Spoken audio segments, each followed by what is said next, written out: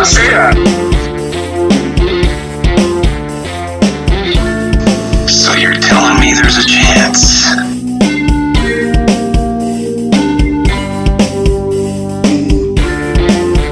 Oh, Jesus, help.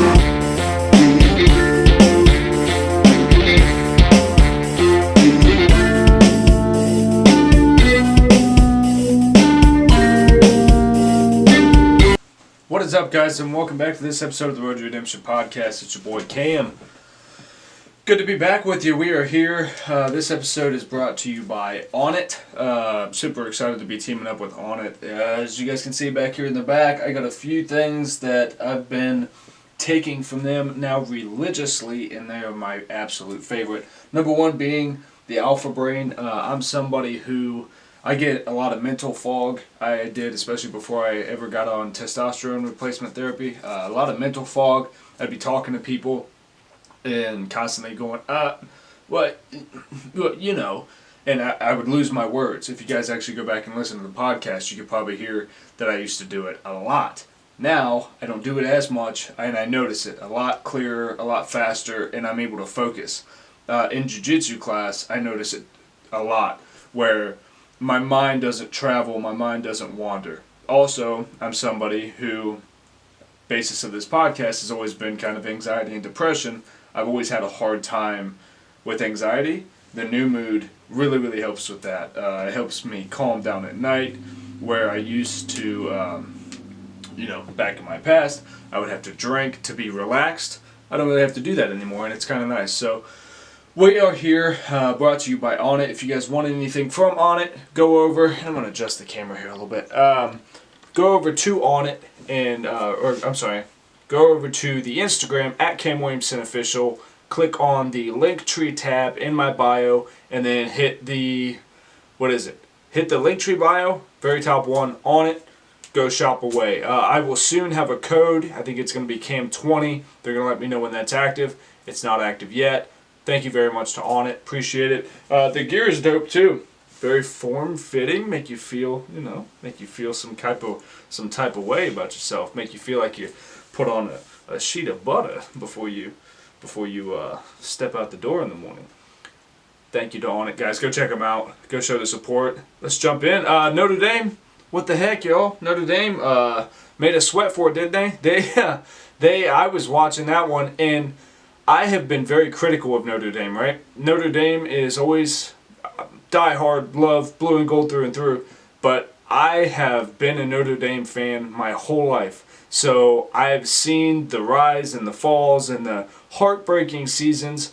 This year, I told myself I'm not going to get so upset when they don't do well. So every game, I'm the skeptical hippo. I'm the one going, I don't know, we're good, but I don't want to get excited yet. We went 12-0. So this last game against USC is supposed to be a steamroll, right? We're just supposed to kick the dog shit out of them. And the first half, we were down. I think it was 10-0. And right before the half, we went 7-10. And we finally got on the board, but we were still down 3 going into the half. I was like, oh. Because I had just told my dad, this is going to be the game. We're good. We're good this year. I'm really proud of our guys. We're good. I said, I jinxed it. I jinxed us. And I felt like I'm one of those guys. I'm one of those annoying people to watch sports with, because if I'm wearing the wrong shirt, I feel like I cursed the team. And I felt like I cursed the team this time because I had said that we were doing so well this year. Anyway, came back. We tore up USC. It was super cool. I'd love to see that. The guys really battled back hard. Whatever they did at halftime, they came out with a whole new energy. Good on you guys. It was really, really cool. Very, very cool. The game between LSU and Texas Tech. Wow. Game of the year by far. By far any game I've seen. Texas Tech and LSU went into 7th overtime. 7th overtime. Texas Tech, who my wife, Nicole, is a huge Texas Tech fan, and it was so awesome to watch those guys battle it out. If you guys missed that game, go back and watch it.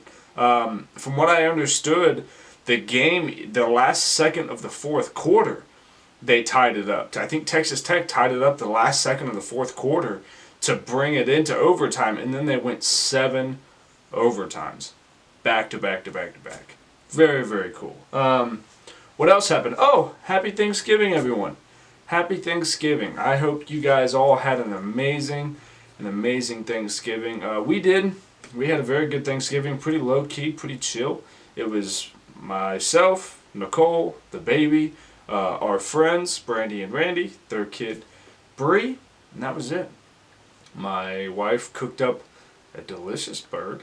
Brandy brought a ham. I got some pies, homemade from the store. That was pretty dope. And it was chill, man. I was glad I didn't have to deal with any, one of them creepy ants that comes up and kisses you a little too long and talking about how cute you are and, all this, and I ain't seen you in 20 years and all this. No awkward moments. It was all love. But I know some of y'all didn't get that lucky. I know some of y'all had to sit around that table with that uncle that maybe,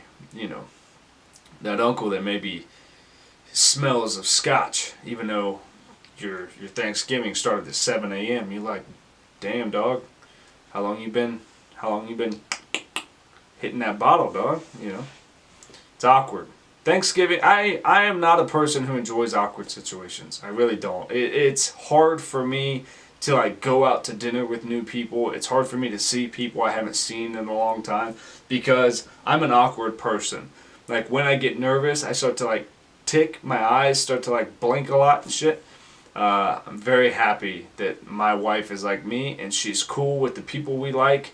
And, obviously I wish that my mom and my dad and my grandparents would have been there, but I'm glad I didn't have to see distant family who I don't see that often and we all have to act like we have stuff to talk about. I'm just glad I didn't have to deal with all that. I'm probably coming off like an asshole. Let's jump into this episode. I have a lot of good topics. I know that. I've been really, really excited for this. One of the, in particular, that I wanted to talk about, here in Tennessee, we had a rogue. He was a sheriff, I guess, of Smyrna, Tennessee, and he went. CBD and hemp is legal here in Tennessee. You're allowed to buy it. You're allowed to consume it. There's, they have CBD dispensaries here in Tennessee.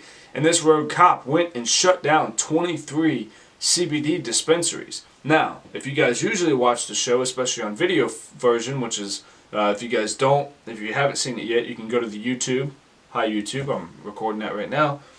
Right behind me where the New Mood and the Alpha Brain and all the On It stuff is sitting, I usually have my CBD and all that set up.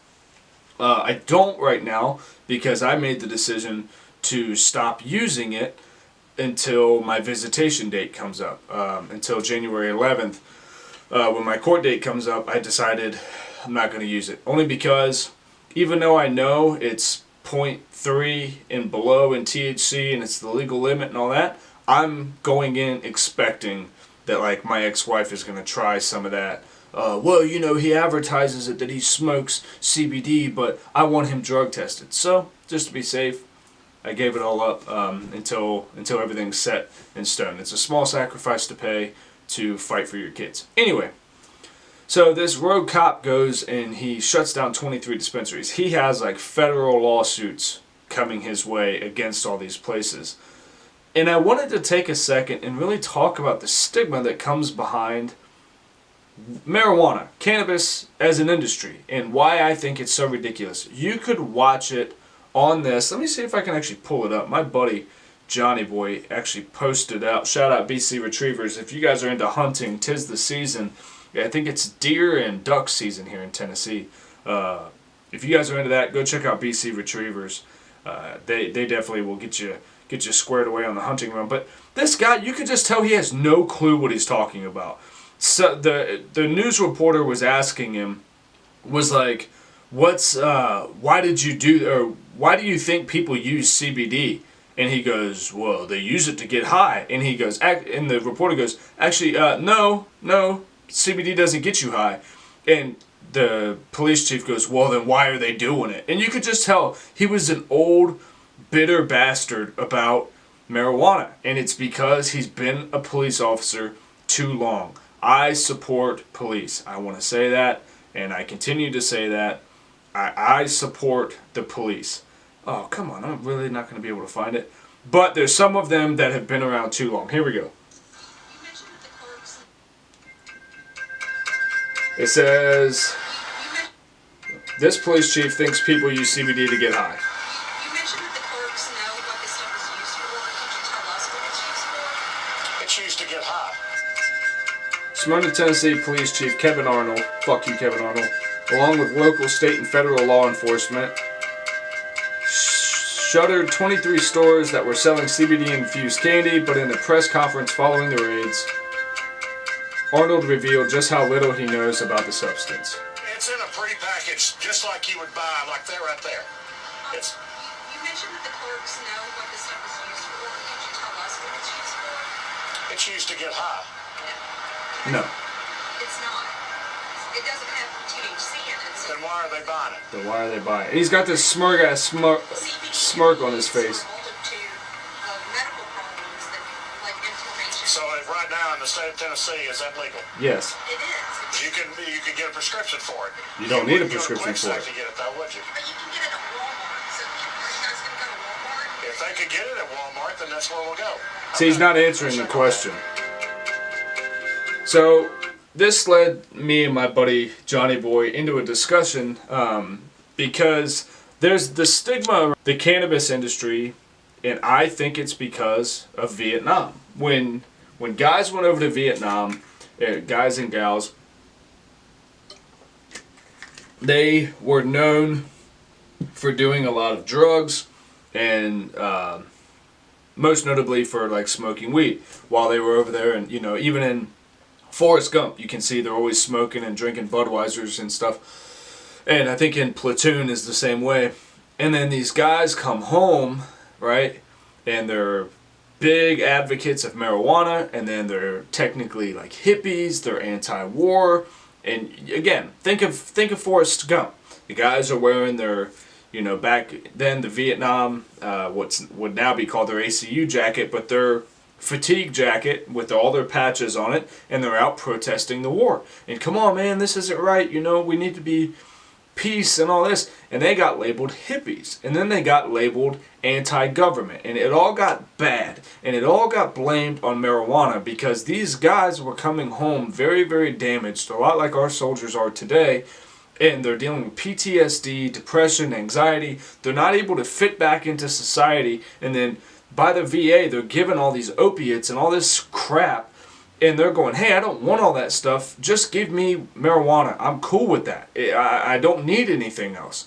Well, I can't give you that because it has a psychoactive effect. Well, so does Percocet, and so does Oxycontin, and so does everything else that you're giving me. Why is this any different? This comes from a plant in the ground.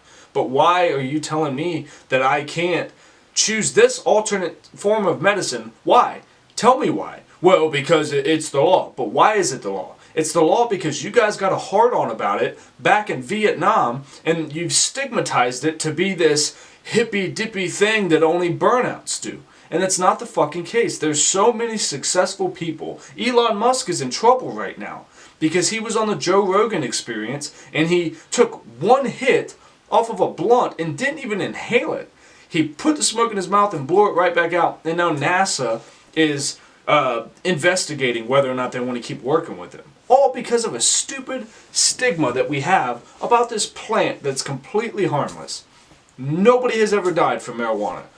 Thousands and probably millions by this point of people have died from opiates. And I'm tired of seeing this stigma, and I'm tired of seeing pieces of shit like this guy. Again, his little fucking smirk makes me so mad because he thinks it doesn't even matter to him.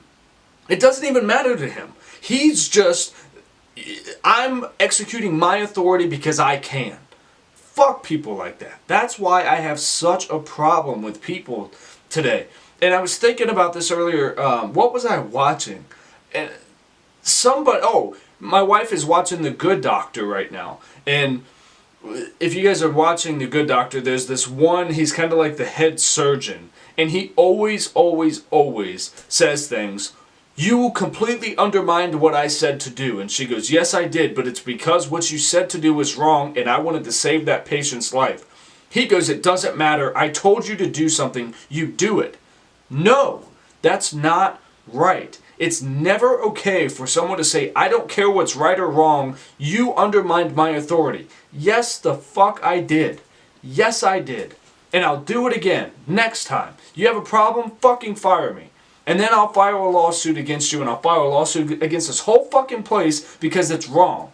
Just because you have some sort of a authority over somebody does not mean that you get to just use it at your fucking will. CBD is legal here in Tennessee. You cannot go around fucking with people who are just abiding by the law. Those same people who were buying CBD infused candy could have been hitting up the weed dealer, and they might have still been, but those people were well within their rights to do what they did. And assholes like this, because they've been in the game too long, they're walking around with an old state of mind, and it's fucking wrong. It's wrong. I'm going to get off that one. I'm going to get off of it. The next one, so guys, look into shit like that. Take that into your lives. Don't let anyone tell you, you will do this because I'm your authority figure. If you truly believe that what you are doing is right, stand up for what you believe in. Stand up for what is right. Don't back down just because somebody has authority over you. It's bullshit. Stand up for what's right, especially when it comes to this old school way of thinking that people have. Don't fall for it. Let's jump into the next topic. Try not to get so... Oh, this was pretty cool. So I came up with kind of a movie. I was sitting in the shower, actually, on my last CBD experience.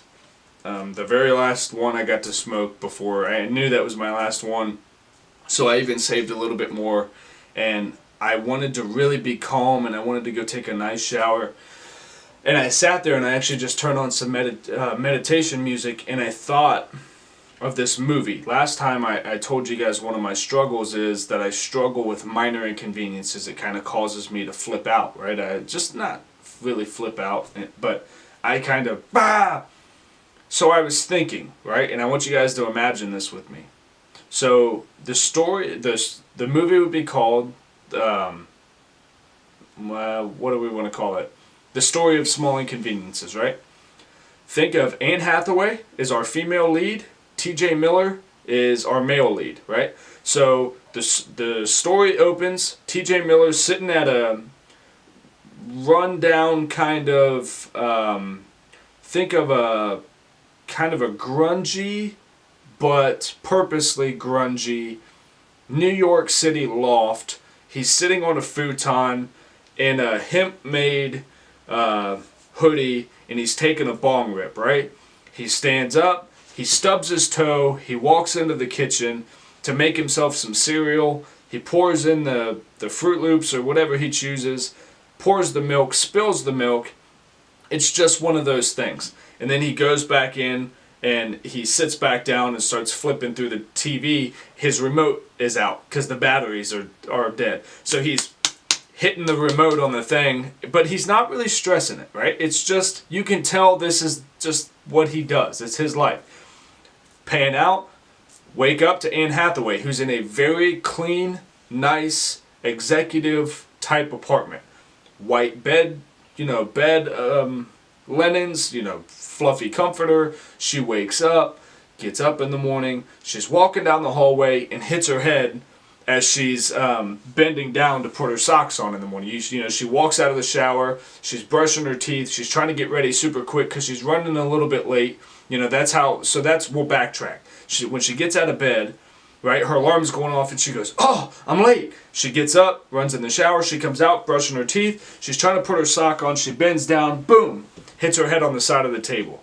And then she gets up, next time you see her, she's walking with her briefcase in her hand in a nice kind of executive type suit that a woman would wear to a, like an executive type job. She's drinking her coffee. As she's riding in the Uber, she's texting, drinking her coffee, she spills it down the front of her. She has to walk into this next meeting with her coat completely buttoned up, where it's not really meant to be because she's got coffee all down the front of her. That's our two characters, right? Eventually, these minor inconveniences that they've experienced are going to cause them to meet. So how I was kind of thinking it, and I'm going to play it out for just a minute, is so Anne Hathaway finishes this meeting and it's lunchtime. So now she goes down back to her desk. She's got a lot to do and she's working. She gets on her phone and she orders lunch. In comes TJ Miller. He rides on a little moped, kind of Jason Segel style from I Love You Man. He's on a moped. He delivers lunch to her. They meet. He kind of says something along the lines of, looks like you had a rough morning, pointing at the coffee on her shirt. And she goes, oh yeah, it's just one of those things. He still has milk on his shirt from this morning. He goes, oh yeah, happens to me all the time, not a big deal. And she's refreshed by his calmness about the entire thing. And that causes them to, hey, would you like to grab a drink with me sometime? And there our movie starts.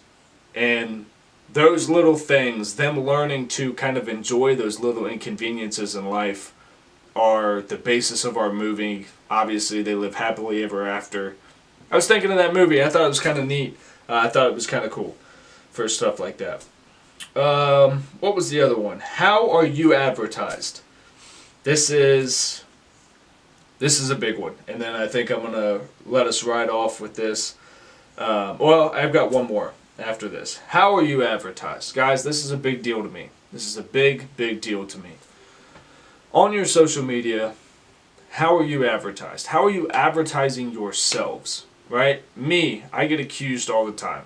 You don't know who you are. You jump from this to that to this to that to this to that all the time. I went from guns, then I went to fitness. I've stayed with fitness. I just kind of I was a personal trainer for a while, so I was kind of training more like a bodybuilder. Got out of that. I've been training MMA, and I have a good feeling that's where I'm going to stay for the rest of my life. MMA is something I plan to train the rest of my life. Where the rest of my life takes me outside of fitness, I don't know. But my Instagram feed is pretty much my fitness, whether it be doing kettlebell workouts to be functional strength for MMA, or it's me hitting pads, or a picture of me in the gym rolling jiu-jitsu, or it's a picture of my family. That's me. I'm a husband, a father, and a fitness enthusiast. That's really what I do, and I'm a podcaster. So I post stuff about my podcast. I swear, right? More than I should, but I swear, you are getting me as advertised. I'm not advertising anything to you guys that I'm not. Also, I'm not portraying negative things about myself out on social media. I'm going through right now, especially on Instagram, and I'm doing kind of an overhaul on my Instagram. I'm dropping the number of people that I follow, and I'm actually blocking a ton of people that follow me. I'm dropping all my numbers down because I don't know how it happened.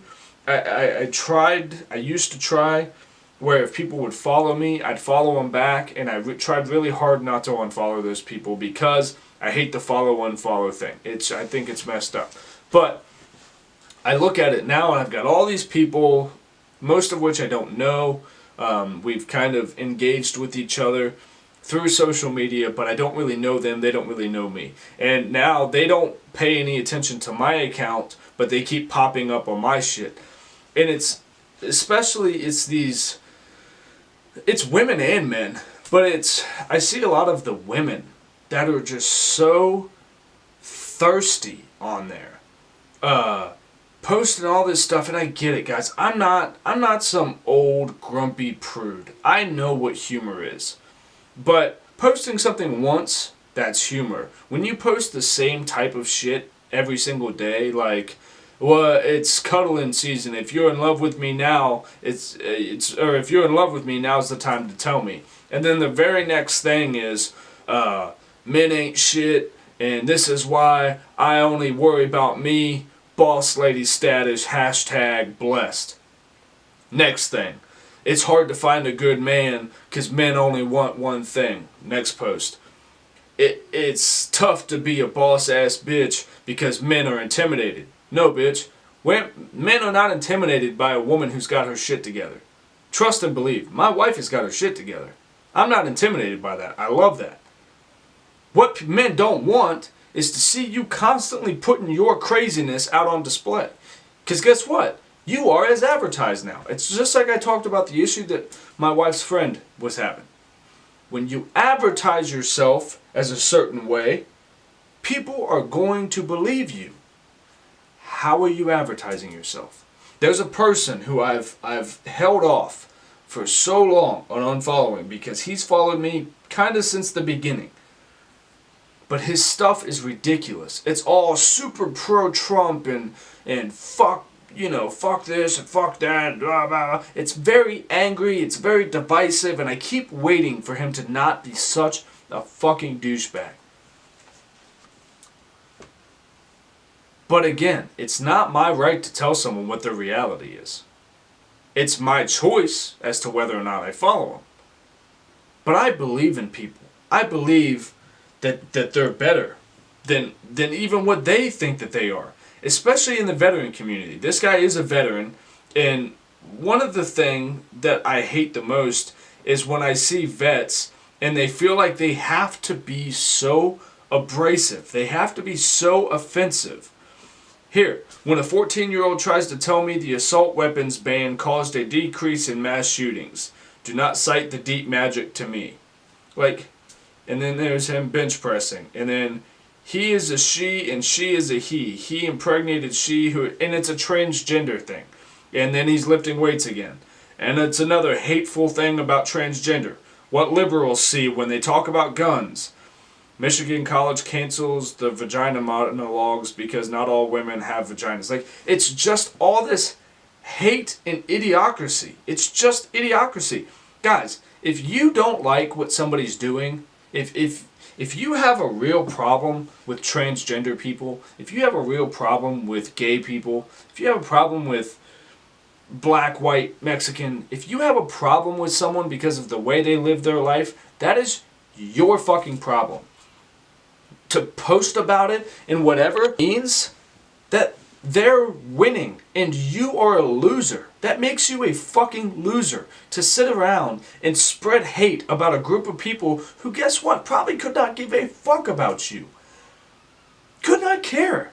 Why sit around and waste time talking about Hillary Clinton, Donald Trump, transgender, straight, bi, white, black? Who gives a shit? Take care of your own self. Take care of your own shit.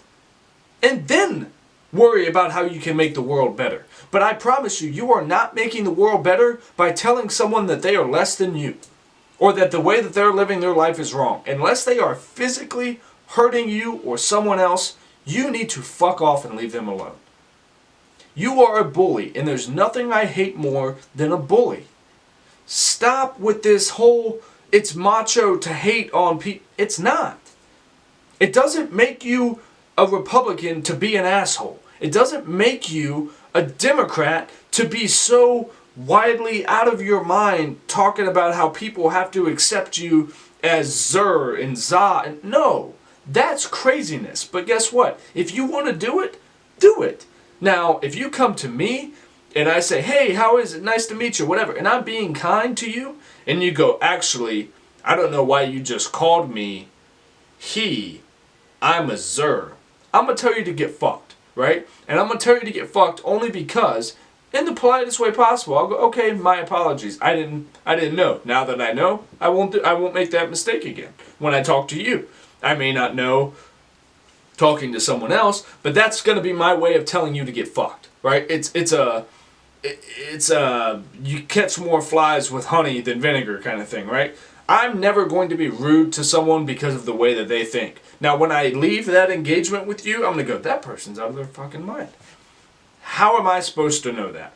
When I walk up on you, if you look like a man or a woman, I'm going to address you as sir or ma'am. That's the way I was raised. Also, I was in the military. It's what was embalmed, it was put into me. Hey, how can I help you, sir or ma'am? That's how you answer the phone. Right?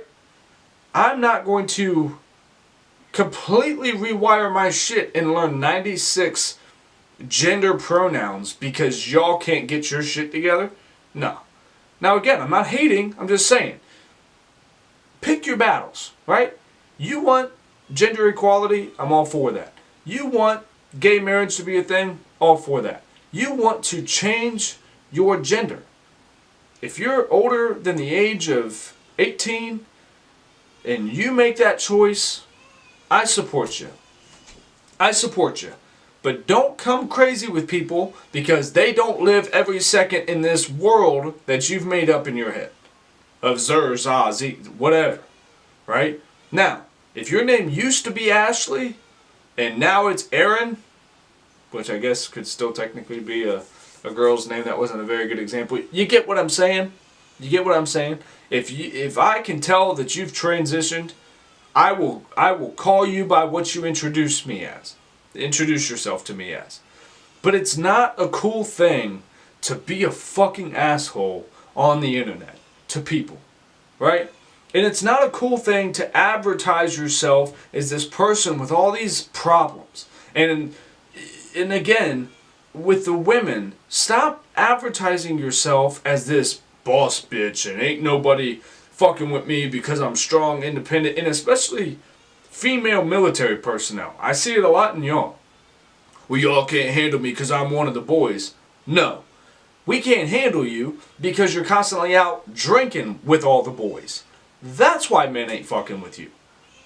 I'm just here to be honest. I'm telling you from a guy why guys aren't fucking with you. Because you're constantly out every Friday, Saturday, Sunday, drinking with a group full of dudes. And I'm not going to say what y'all have done together. I'm not going to assume. But I'm going to say, as a dude, I'm probably not going to try to court the woman who's out drinking with the boys all the time. Just not. I'm going to find a girl who is interested in a relationship with one dude. And then I don't have to worry about all this male friendships. My wife has male friends. My wife still serves in the military today. I don't have one issue with that. I'm saying, if your whole projected persona is one of the boys, guess what? You'll find somebody that's into that kind of shit, and that'll ride with you to that. But don't come out and then go, well, dudes can't handle me because I'm this and I'm that, and I'm more of a man than you. No, you're not. You might be more of a man than the dude you're not looking for.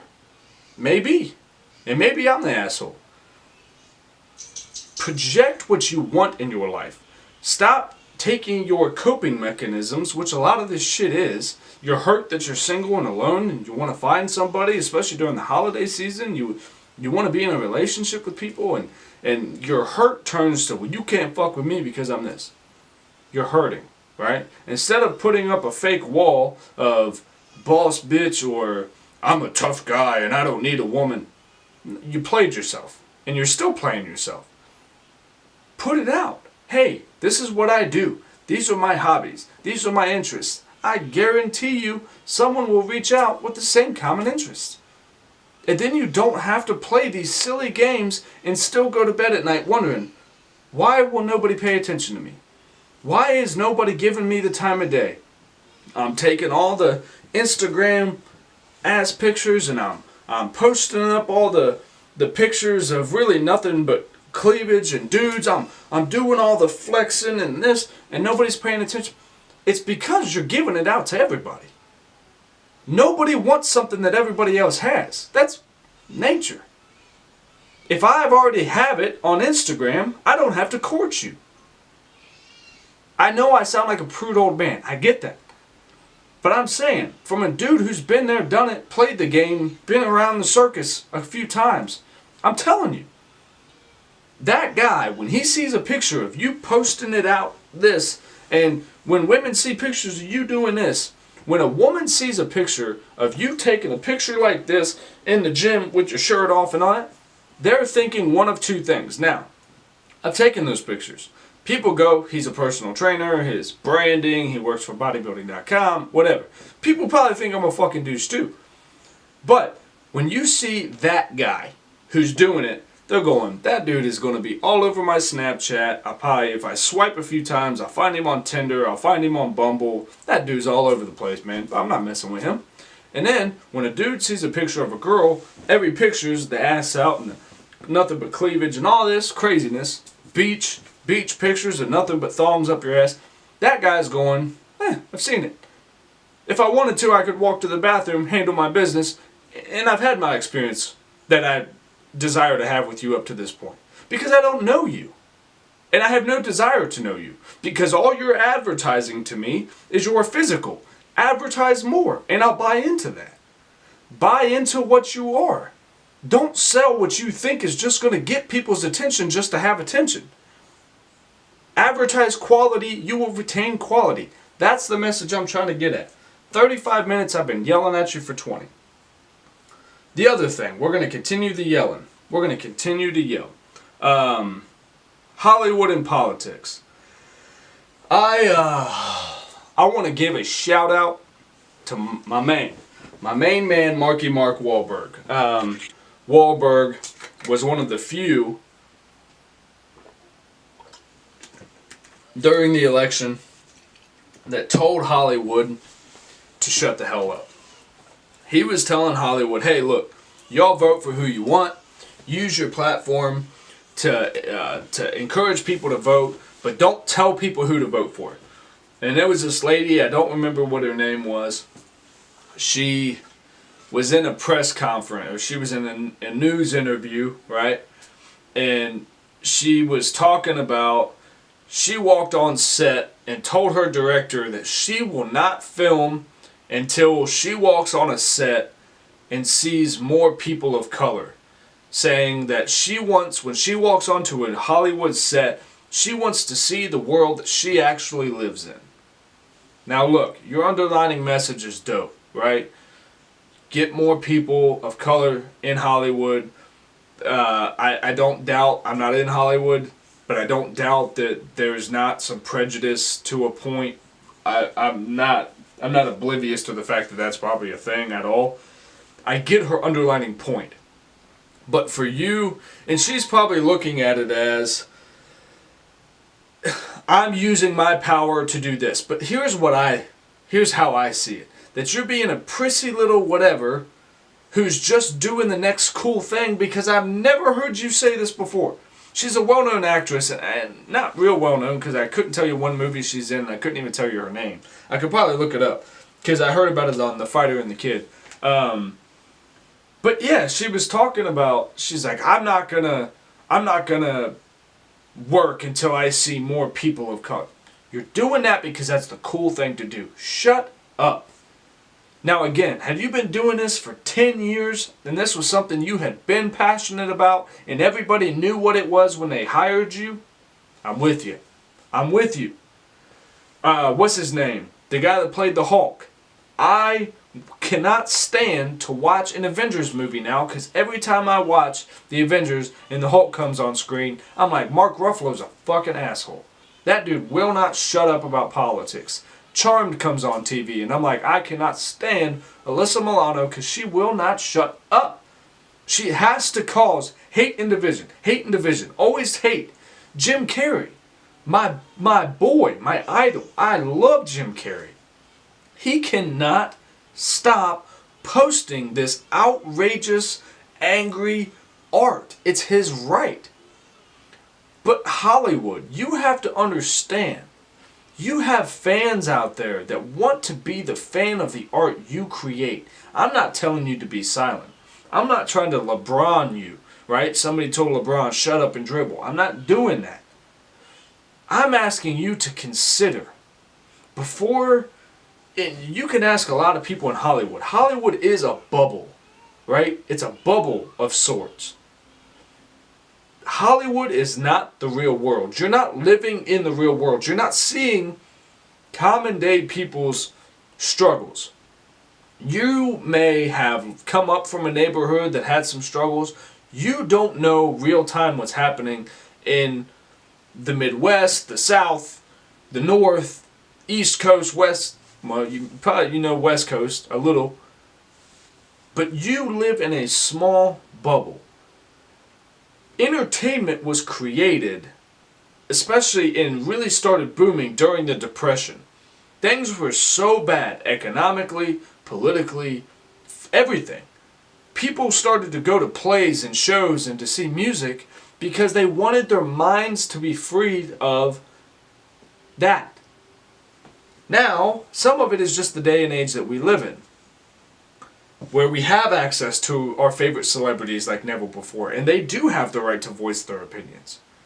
But it sucks when you watch. I'll go to Twitter right now, and I'll go to Jim Carrey's page, and I guarantee the last thing he posted, or one of the last few things he posted, is a crazy picture that he painted of Donald Trump. Number one. Now, number one. There you go, YouTube. Guys, if you can't see this, go to YouTube.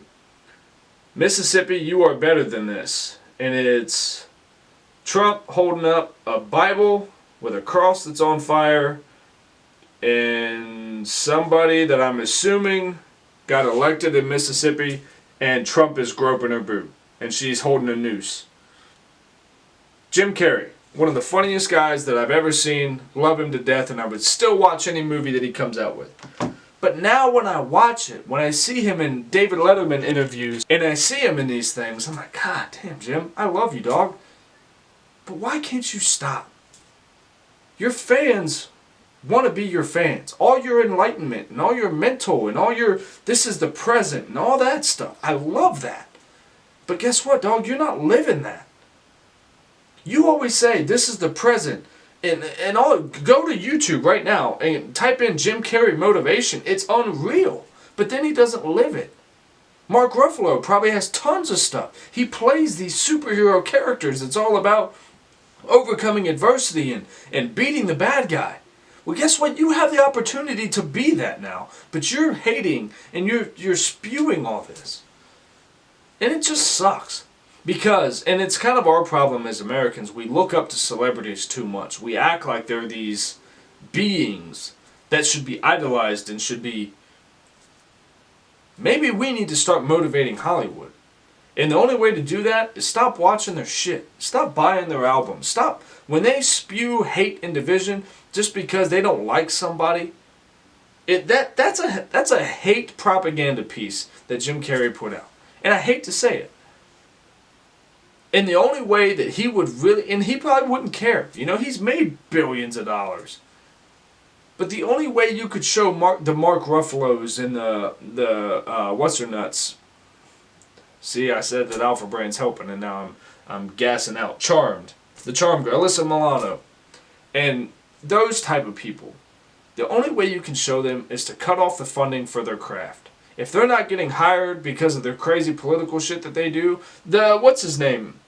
I genuinely don't know his name. The guy that plays Captain America, he does it too. Now he does a lot of good stuff too. He's constantly showing like charities and stuff that he helps. I just wish we could enjoy stuff. It feels like in today's day and age we can't enjoy anything, man, and it's really frustrating. It's frustrating and that's why I got so frustrated when like the NFL started taking a knee and doing all that with the anthem. And guys, I know that there is police brutality. You guys hear that I'm not blindly loyal to police and law enforcement. I am supportive of them, of the ones that do it right, and I believe most of them do it right. But I'm not oblivious that there's police brutality. But why do we have to bring it into football?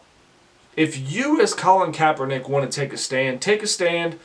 See, and I'm being a hypocrite. I was going to say, take a stand on your social media.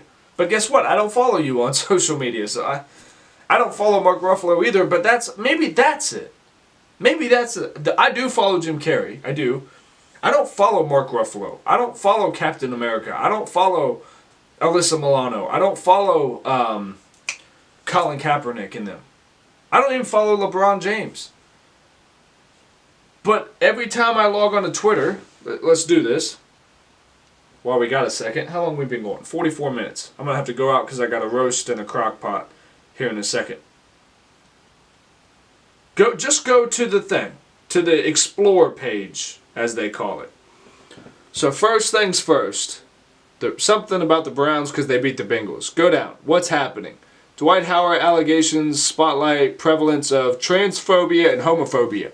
That's #1 article on Twitter. Ukraine may introduce martial law after Russia fires 3. Police say the man that fatally shot in Alabama mall was not the suspect shooter. He's a black guy. I guarantee I blocked Alyssa Milano because her shit was getting to be too much. Notre Dame, a lot of stand-up comedians. Mark Ruffalo, number motherfucking 1 every single time. I'm sure I'm throwing my focus way off every time I do that. I've probably been blurry since the first time I've showed it. It's ridiculous. Judd Apatow is another one. Guys, if you can't love anybody, if you can't find a problem to what's going on, and I promise you, you're not going to get rid of the president, maybe just go back to the first thing that you learned as a person. If you don't have anything nice to say, don't say it. Or don't say it, and while you're all bottled up with all that energy, find something that you can actually do to fix it. Right? Find something that you can do to fix the problem instead of spewing hate and making people think that you're a fucking asshole. Because your message is lost when you come off to be a dick. Watch what you're advertising. Watch who you're telling the world that you are. Jim Carrey, Alyssa Milano, Captain America, Mark Ruffalo. Thirsty people on Instagram. Watch who you're advertising yourself to be, because people will believe you, and fans of yours may tune out. With that, I'm going to go spend time with my family. I hope you guys have enjoyed this episode. I hope that you don't take this as somebody who's so egotistical that I think I've got all my shit figured out, because I don't. I know that I don't. My only purpose is I want to give you food for thought. I want to give you things to chew on. And I want you to always be very careful as to who you're supporting, who you're investing your time into, and how you're allowing them to fill your mind with what. Right? Myself included. Just want to make you guys think. The show is called Road to Redemption because this show is my road to redemption for all the bad shit that I've done in my life. I feel like I've made amends for those things. I've asked those people that I've hurt for forgiveness. How they treat me now going forward is not my business.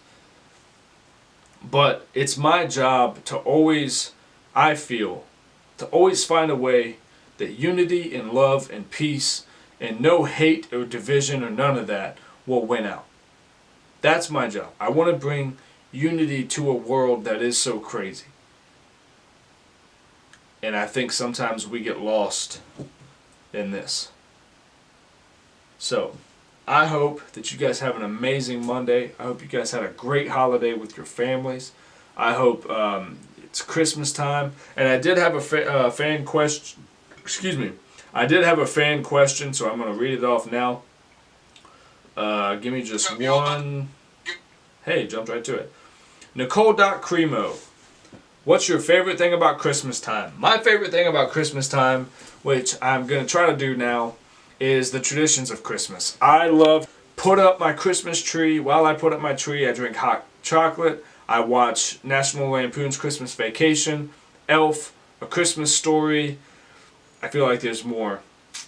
I love Hallmark movies. I'm a cheesy Hallmark guy. I love watching all the Hallmark movies. Christmas in Cuffs with Melissa Joan Hart and Mario Lopez. I like that kind of shit. I love the smell of Christmas trees. My car air fresheners all year long, except for the beginning of fall, is pine, or the fir trees. I love that smell. I have one of those cinnamon brooms down in the side of my car. I just love the holiday time.